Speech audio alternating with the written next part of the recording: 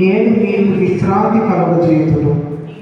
నేను సాత్వికుడను, దీన మనస్సు గలవాడను కనుక మీ మీద నా కాడి ఎత్తుకొని నా యొద్ద నేర్చుకొనుడి.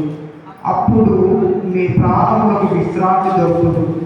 ఏలైనగా నా కాడి సులువుగాను నా భారము తేలికగాను ఉన్నవి.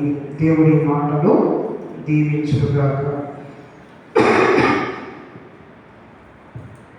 ఒక వ్యక్తి యేసుక్రీస్తు ప్రభు శిలువ దగ్గరికి రాకముందు ఆయన జీవితంలో అనేకమైన భారములను ఆయన మోసేటువంటి వ్యక్తిగా ఉన్నాడు.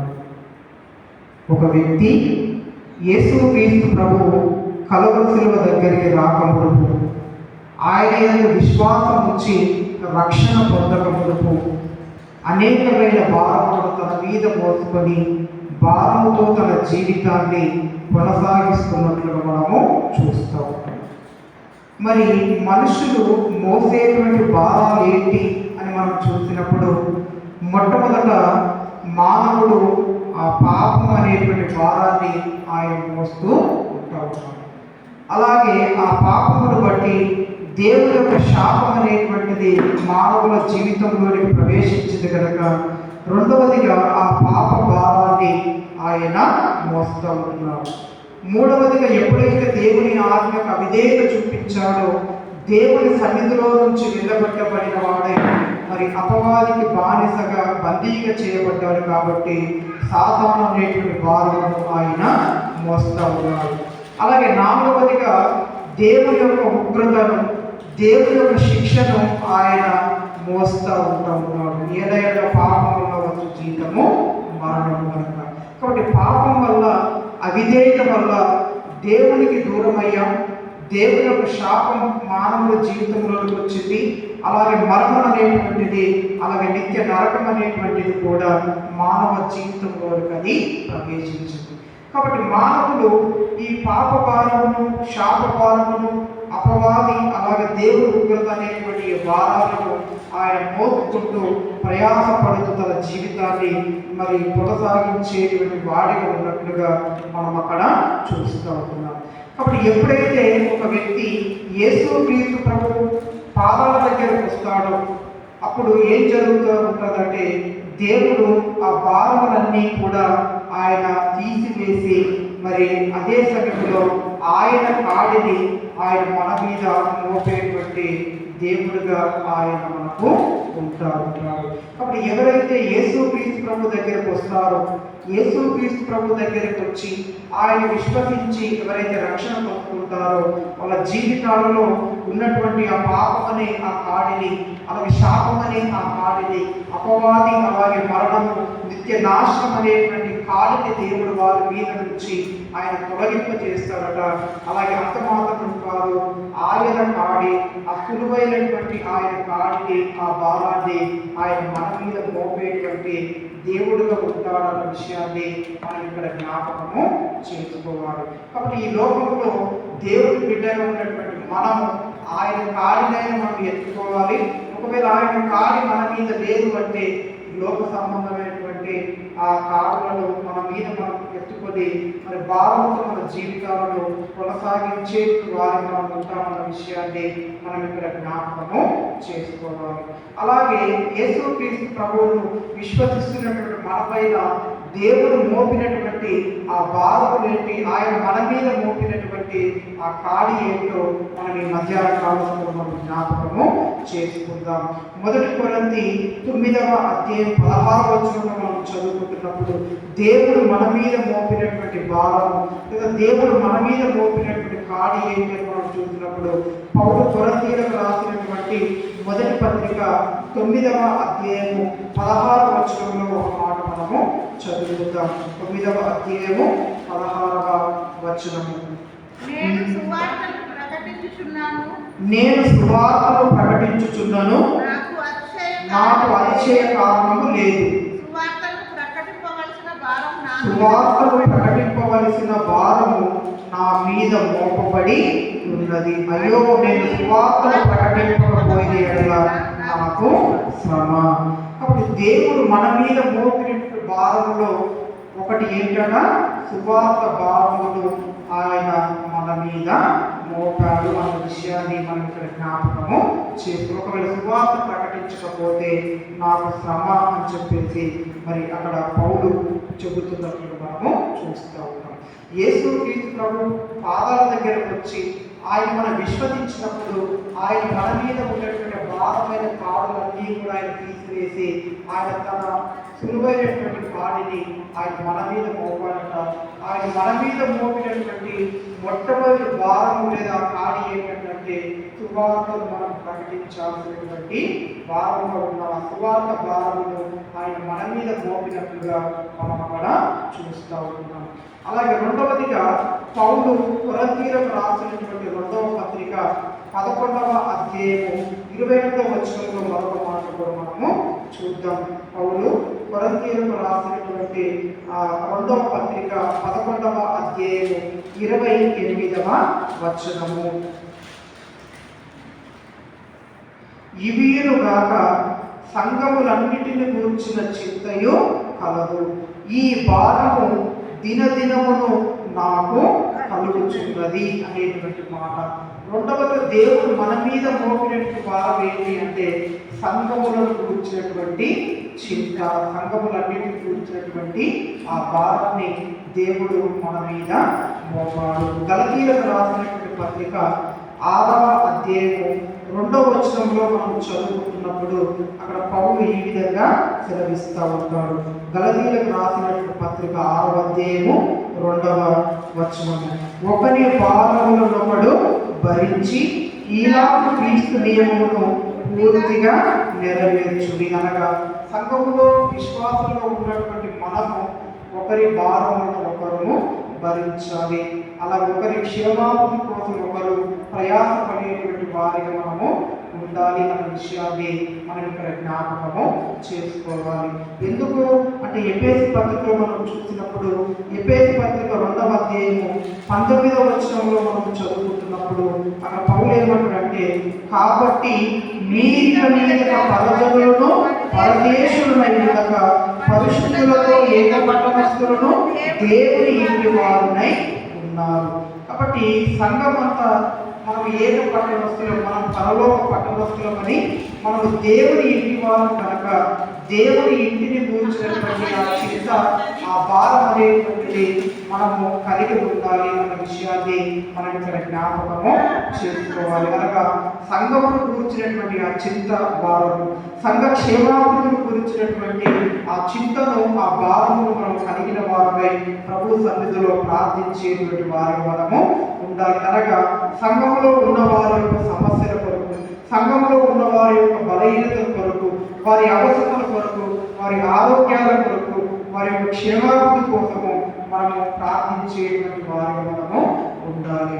ఒకవేళ శరీర సంబంధంగా ఒకవేళ మన ఇంటి వారి గురించి మనం పట్టించుకోకపోతే కదా సమాజం ఏమంటుంది, మనల్ని తప్పు పడుతుంది కదా. ఒకవేళ పిల్లలు తల్లిదండ్రులను చూసుకోలేదనుకో, ఒకవేళ తల్లిదండ్రుల వల్ల మన పిల్లలు సరిగా పట్టించుకోలేదనుకో కదా, అప్పుడు ఏం జరుగుతుందంటే సమాజం మనల్ని మరి తీర్పు తీరుస్తూ ఉంటుంది. అది మనల్ని మరి తప్పుడుగా మరి పాపులుగా సమాజం మనల్ని ఎంచుతూ ఉంటుంది.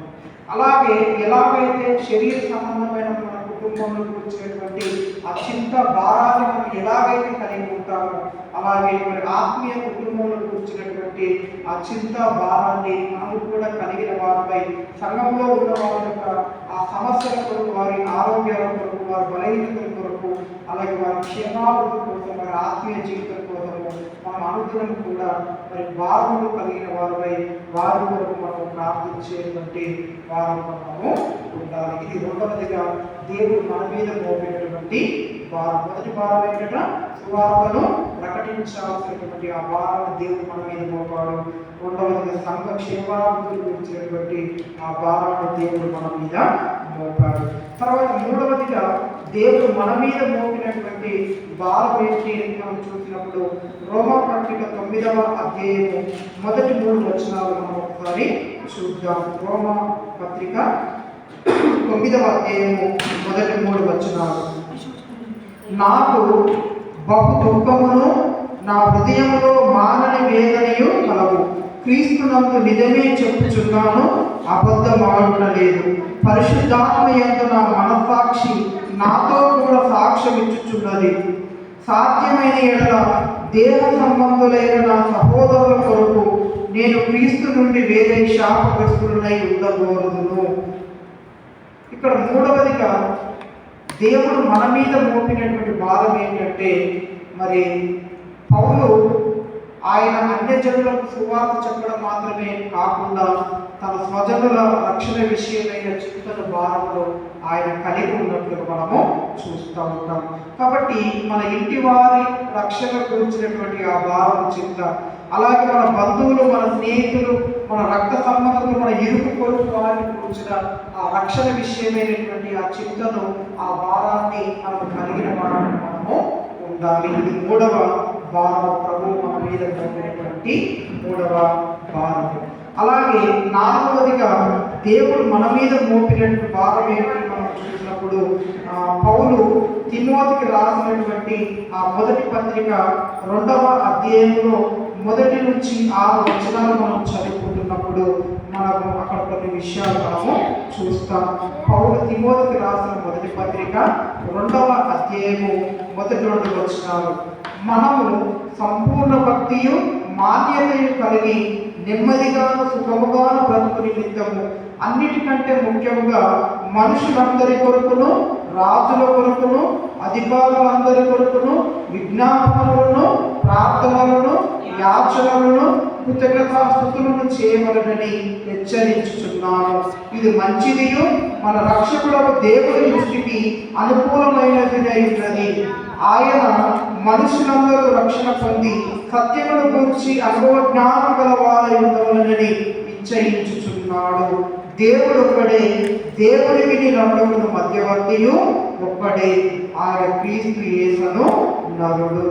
ఈయన అందరి కొరకు విమోచన ప్రయత్నముగా తన్ను తానే సమర్పించుకునేడు.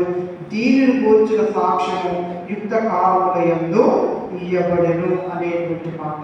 కాబట్టి నాలుగవదిగా దేవుడు మన మీద మోపినటువంటి భారం ఏంటంటే, మనుషులందరి కొరకు, రాజుల కొరకు, అధికారుల కొరకు మరి మనం ప్రార్థించాలని ఆ భారాన్ని దేవుడు మన మీద మోపాడు. ఇది 4వ భారము. అలాగే 5వదిగా మనం చూసినప్పుడు రోమపత్రిక 15వ అధ్యాయము 21వ వచనము. రోమపత్రిక 15వ అధ్యాయము 21వ వచనము. నేనైతే మరి ఒకటి పునాది మీద కట్టకుండా నిమిత్తము ఆయనను కూర్చున్న సమాచారం ఎవరికి తెలియజేయబడలేదో వారు చూతురనియు వినని వారు గ్రహితురనియు వ్రాయబడిన ప్రకారము క్రీస్తు నామం వెరుగని చోట్లను సువార్తను ప్రకటింపవలనని మిక్కిలి ఆశ గలవాడనై ఉండి అలాగున ప్రకటించుతుంది. అనగా 5వదిగా దేవుడు మన మీద మోపిన భారం ఏంటంటే, సువార్త ప్రకటింపబడని ప్రాంతముల కొరకైన ఆ భారము మనం కలిగి ఉండాలి. ఇంకొను సువార్త ప్రకటింపబడని గ్రామాలు, కొన్ని తెగలు, కొన్ని జాతులు, మరి కొన్ని దేశాలు కూడా ఎన్నో ఉంటా ఉంటున్నాయి. ఈనాటికి కూడా కొన్ని దేశాలు బైబిల్ బ్యాన్ చేశాయి. ఆ ప్రదేశంలో, ఆ ప్రాంతంలోనికి సువార్తలు వెళ్ళి సువార్త ప్రకటించే అవకాశాలు లేవు. ఇంకా అనేకమైన గ్రామాలు, ఇంకా కొన్ని కోట్ల కొద్ది ప్రజలు యేసు క్రీస్తు ప్రభు యొక్క రక్షణ సువార్తను వినని వారు ఎంతో మంది ఉంటా ఉంటున్నారు. అలాగే ఈనాటి కాలంలో మరి అనేకమైన ప్రాంతాల్లో, గ్రామాల్లో మరి సువార్త ప్రకటనకు మార్గాలు వాళ్ళు క్లోజ్ చేసి పెట్టారు. మా ఊళ్ళోకి సేవకులు కానీ, అలాగే సువార్తకులు కానీ రాకూడదు అని చెప్పేసి ఊరు బయట బోర్డు పెట్టేటువంటి పరిస్థితులు కూడా వచ్చేసాయి.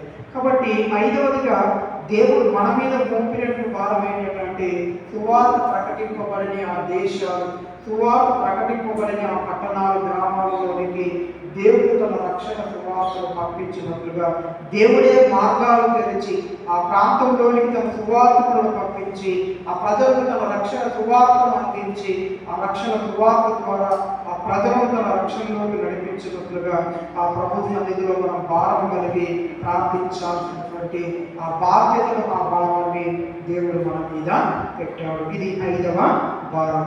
అలాగే 6వది మనం చూసినప్పుడు మత్తయి సువార్త 9వ అధ్యాయము 36 నుంచి 38 వచనాల్లో మరి దేవుడు మన మీద మోపినటువంటి మరొక భారము అక్కడ మనము చూస్తాం. మత్తయి సువార్త 9వ అధ్యాయము 36 నుంచి 38 వచనాల వరకు. ఆయన సమూహములను చూచి వారు ఆపరి లేని గొర్రెల వలె విసిరి చెదరి ఉన్నందున వారి మీద కనికరపడి కోత విస్తారమే గాని పనివారు కొద్దిగా ఉన్నారు గనుక తన కోతకు పనివారిని పంపమని కోత యజమానుని వేడుకొనుడని తన శిష్యులతో చెప్పాను. కాబట్టి దేవుడు మన మీద మోపినటువంటి మరొక భారం ఏంటంటే కోత విస్తారంగా ఉంది కానీ కోసేవారు కొద్దిగా ఉన్నారు. కాబట్టి అంత్య దినములలో దేవుని రాకడ సమీపంలో ఉన్నటువంటి ఈ రోజులలో ఇంకా సువార్త ప్రకటింపబడని దేశాలు, పట్టణాలు, గ్రామాలు ఎన్నో ఉంటా ఉండగా, ఇంకా రక్షణ సువార్తను వినటువంటి ప్రజలు ఎందరో ఉంటా ఉండగా, మరి వారందరికీ సువార్త అందాలంటే మరి సువార్తకులు పనివారు సంఘాలలో నుంచి పంపించబడాలి.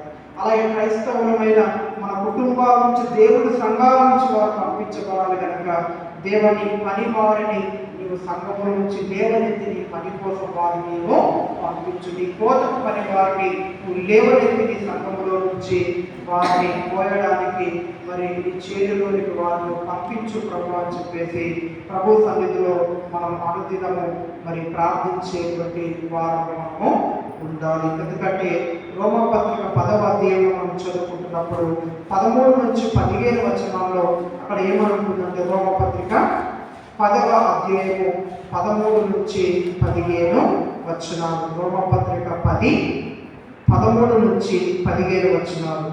ఎందుకనగా ప్రభువు నామమును బట్టి ప్రార్థన చేయువాడెవడో వాడు రక్షింపబడును. వారు విశ్వసింపని వారిని ఎట్లు ప్రార్థన చేయుదురు? వినని వారిని ఎట్లు విశ్వసించుదురు? ప్రకటించువాడు లేకుండా వారు ఎట్లు విందురు?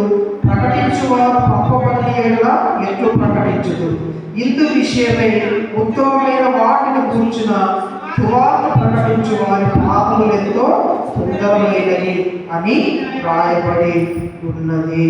కాబట్టి అక్కడ ఏమంటారంటే సంఘములలో నుంచి సువార్తికులు పంపించబడకపోతే సువార్త ప్రకటన ఎలా జరుగుతుంది? సువార్త ప్రకటించబడకపోతే ప్రజలు ఎలా దేవుని గురించి వింటారు? ఒకవేళ వారు వినకపోతే ఎలా విశ్వసించి ప్రార్థించి వారు రక్షణను పొందుకుంటారు? కాబట్టి సంఘంలో నుంచి సువార్తికులు పంపించబడాలి. పంపబడిన సువార్తికులు అన్యజనుల మధ్యలోనికి వెళ్ళి వారు రక్షణ సువార్తను ప్రకటించాలి. అప్పుడు ప్రజలు వినాలి. విన్నటువంటి ప్రజలు విశ్వసించి ఆయనను ప్రార్థించి ఆయన అనుగ్రహించేటువంటి ఆ రక్షణ భాగ్యాన్ని వారు పొందుకోవాలి. ఒకవేళ సంఘాల నుంచి పనివారు ఒకవేళ పంపబడకపోతే, సువార్త ప్రకటన జరగకపోతే ప్రజలు రక్షణ పొందడం అనేటువంటి ఆ కార్యం అనేటువంటి జరగకుండా ఆగిపోతారు. కాబట్టి అంత్య దినాలలో ప్రభు రాకడ సమీపంలో ఉన్నటువంటి ఈ రోజుల్లో ఇంకా సువార్త ప్రకటింపబడని దేశాల, పట్టణాల, గ్రామాలు ప్రజలు ఎంతోమంది ఉంటా ఉండగా ప్రభు ఆ సంఘాలలో నుంచి ఈ పనివారిని నీవు లేవనెత్తము, ఈ కోతకు పనివారిని పంపించు దేవా అని చెప్పేసి ఆ భారమును మనం కలిగిన వారిని ప్రభు సన్నిధిలో మనం ప్రార్థించేటువంటి వారిని మనము ఉండాలి. ఇది ప్రభు మన మీద మోపినటువంటి 6వ భారము. తర్వాత 7వది మనం చూసినప్పుడు మరి పౌలు తిమోతికి రాసినటువంటి ఆ మొదటి పత్రిక 4వ అధ్యాయము 1 నుంచి 3 వచనాలలో మనం చదువుకుంటున్నప్పుడు ప్రభు మన మీద మోపినటువంటి మరొక భారం ఏంటి అని మనం చూసినప్పుడు, అయితే కడవరి దినములలో కొందరు అబద్ధికుల వేషధారణ వలన మోసపరచు ఆత్మల యందును దయ్యముల బోధ యందును లక్ష్యముంచి విశ్వాస భ్రష్టులగుదురని ఆత్మ తేటగా చెప్పుచున్నాడు. ఆ అబద్ధికులు వాత వేయబడిన మనసాక్షి గలవారై వివాహము నిషేధించుచు సత్య విషయమై అనుభవ జ్ఞానము గల విశ్వాసులు కృతజ్ఞతాస్తుతులు చెల్లించి పుచ్చుకొను నిమిత్తము దేవుడు సృజించిన ఆహార వస్తువులను కొన్నిటిని తినుట మానవులనని చెప్పుచుందురు. దేవుడు సృజించిన ప్రతి వస్తువును మంచిది, కృతజ్ఞతాస్తుతులు చెల్లించి పుచ్చుకొని నెడల ఏది నిషేధింపదగినది కాదు. ఏదనగా అది దేవుని వాక్యం వలనను ప్రార్థన వలనను పవిత్రపరచబడుచున్నది. అనగా అంత్య దినములలో అనేక మంది అబద్ధ బోధకులు, ప్రవక్తలు లేచి వారు సంఘాన్ని గలిబిలి చేస్తారు అని పౌలు ముందుగానే ఆయన హెచ్చరించాడు. కాబట్టి మరి ఆ అబద్ధ బోధకుల నుంచి, అబద్ధ బోధల నుంచి ప్రభు నీ సంఘాన్ని నువ్వు కాపాడు, నీ సర్వసత్యంలోనికి నీ సంఘాన్ని నీవు నడిపించు అని మనం ప్రార్థించేటువంటి వారు మనము ఉండాలి. అనేక మంది భక్తులు, అనేక మంది సేవకులు ఈరోజు అబద్ధ బోధనలో చిక్కుకొని దేవుని సత్య మార్గాన్ని, దేవుని ఆ నిత్య జీవ మార్గాన్ని విడిచిపెట్టి వారు నాశన మార్గంలో వెళ్ళిన వారు మరి ఎంతో మంది ఉంటారు. కాబట్టి ప్రభువా, ఎంత దినాల్లో అనేకమైన అబద్ధ బోధకులు ప్రవక్తలు లేచి ప్రభు నీ సంఘాన్ని గలిబిలి చేస్తూ ఉంటుండగా ప్రభు నీ సంఘాన్ని అబద్ధ బోధకుల బారిన పడకుండా, అబద్ధ బోధకుల యొక్క చేతికి చిక్కకుండా నీ సంఘాన్ని నువ్వు కాపాడమని చెప్పేసి ప్రభు సన్నిధిలో భారంతో ప్రార్థించేటువంటి వారిని మనము ఉండాలి. ఇది 7వదిగా ప్రభు మన మీద మోపినటువంటి భారం. తర్వాత 8వదిగా ప్రభు మన మీద మోపినటువంటి భారం ఏంటి అని మనం చూసినప్పుడు ఎఫెసీ పత్రిక 6వ అధ్యాయము 18 నుంచి 20 వచనాలు మనము చదువుకుందాం. ఎఫెసీ పత్రిక 6వ అధ్యాయము 18 నుంచి 20 వచనాలు. ఎఫెసీ 6:18 నుంచి 20 వచనాలు. ఆత్మ వలన ప్రతి సమయమునందును ప్రతి విధమైన ప్రార్థనను విజ్ఞాపనను చేయొచ్చు, ఆ విషయమే సమస్త పరిశుద్ధుల నిమిత్తమును పూర్ణమైన పట్టుదలతో విజ్ఞాపన చేయొచ్చు మెలకువబడుడి. మరియు నేను దేని నిమిత్తము రాయబారినై సంఖ్యలలో ఉన్నాను, ఆ సువార్త మర్మములు ధైర్యముగా తెలియజేయుటకు నేను నోరు తెరుచినప్పుడు దానిని గురించి నేను మాట్లాడవలసినట్టుగా ధైర్యముతో మాట్లాడుటకై వాక్శక్తి నాకు అనుగ్రహింపబడినట్లు నా నిమిత్తమును పూర్ణమైన పట్టుదలతో విజ్ఞాపన చేయొచ్చు మెలకువగా ఉండుడి అని పౌలు ఎఫెసీ సంఘస్థులతో ఆయన మాట్లాడుతున్నాడు. కాబట్టి అంత్య దినములలో మరి దేవుని సేవకుల కొరకు, సువార్తికుల కొరకు, మరి దేవుని సంఘం కోసము మనము ప్రార్థించేటువంటి వారిగా మనము ఉండాలి. మణిపూర్ కానీ, అలాగే యూపీ కానీ, కర్ణాటక కానీ, మరి అనేకమైన మరి రాష్ట్రాలలో సేవకులపైన, సువార్తికులపైన, దేవుని నమ్మిన విశ్వాసులపైన దాడులు జరుగుతూ ఉంటున్నాయి. అనేకమైన ప్రాంతాల్లో సువార్త ప్రకటించడానికి వారు ఆటంకాన్ని కలగజేస్తారు, సువార్త ప్రకటింప చేయనివ్వడం లేదు. కాబట్టి మరి సువార్తల కొరకు, సేవకుల కొరకు, వారి కుటుంబాల కొరకు, దేవుని విశ్వసించినటువంటి విశ్వాసులందరి కొరకు మరి వారందరి పక్షాన ప్రభువు దగ్గర మనమందరం కూడా విజ్ఞాపనను, ప్రార్థన, యాచనలను సమర్పించేటువంటి వారిగా మనము ఉండాలి. ప్రభు మన మీద మోపినటువంటి భారాలు. మొట్టమొదటి భారము సువార్త ప్రకటన అనేటువంటి భారము, రెండవదిగా సంఘమును గురించినటువంటి భారము, మూడవదిగా మన రక్త సంబంధికులు, మన ఇంటి వారిని గురించి, మన బంధువులు, మిత్రులంతా రక్షణ భారాన్ని, నాలుగవదిగా మనుషులందరి కొరకు, రాజుల అధికారుల యొక్క రక్షణ కొరకు ప్రార్థించే భారాన్ని, అలాగే సువార్త ప్రకటింపబడని ప్రాంతముల యొక్క రక్షణ కొరకైన భారములు, అలాగే తన క్రోధకు పనివారిని పంపించుకొని ప్రార్థించేటువంటి ఆ భారములు, అలాగే అబద్ధ బోధకుల నుంచి, అబద్ధ బోధల నుంచి మరి సంఘాన్ని మరి కాపాడేటువంటి ఆ భారాన్ని, అలాగే సేవకుల కొరకు, వారి కుటుంబాల కోసం ప్రార్థించేటువంటి ఆ భారాన్ని ప్రభువు మన మీద మోపాడు. సామెతల గ్రంథం 16వ అధ్యాయం 3వ వచనంలో మనం చదువుతున్నప్పుడు అక్కడ దేవుని యొక్క వాక్యం ఈ విధంగా రాసింది కదా. సామెతల గ్రంథం 16వ అధ్యాయం 3వ వచనం. సామెతలు 16:3. నీ పనుల భారము యెహోవా మీద నుంచుము, అప్పుడు నీ ఉద్దేశమును సఫలమగును. తర్వాత కీర్తన 55:22. కీర్తన 55:22.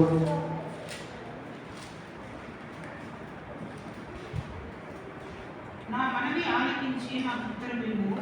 శత్రువుల శబ్దమును బట్టి దుష్టుల బతుపారమును బట్టి. కీర్తన 55:22. నీ భారము యెహోవా మీద మోపుము, ఆయనే నిన్ను ఆదుకొనును. నీతిమంతులను ఆయన ఎన్నడూను కదలనీయడు. కీర్తన 37:5. కీర్తన 37:5. నీ మార్గమును యెహోవాకు అప్పగింపుము, నీవు ఆయనను నమ్ముకును, ఆయన నీ కార్యము నెరవేర్చును. తర్వాత పేతురు రాసిన మొదటి పత్రిక 5వ అధ్యాయం 7వ వచనం. మొదటి పేతురు 5వ అధ్యాయం 7వ వచనం.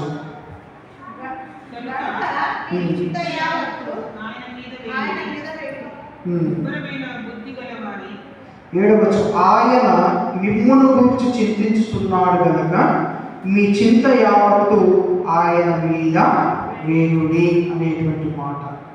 కాబట్టి మన చింతలను మన భారములను దేవుని మీద వేయాలట. దేవుని యొక్క చింతను, దేవుని భారాన్ని మన భుజముల పైన మనము వేసుకునేటువంటి వారు మనము ఉండాలి.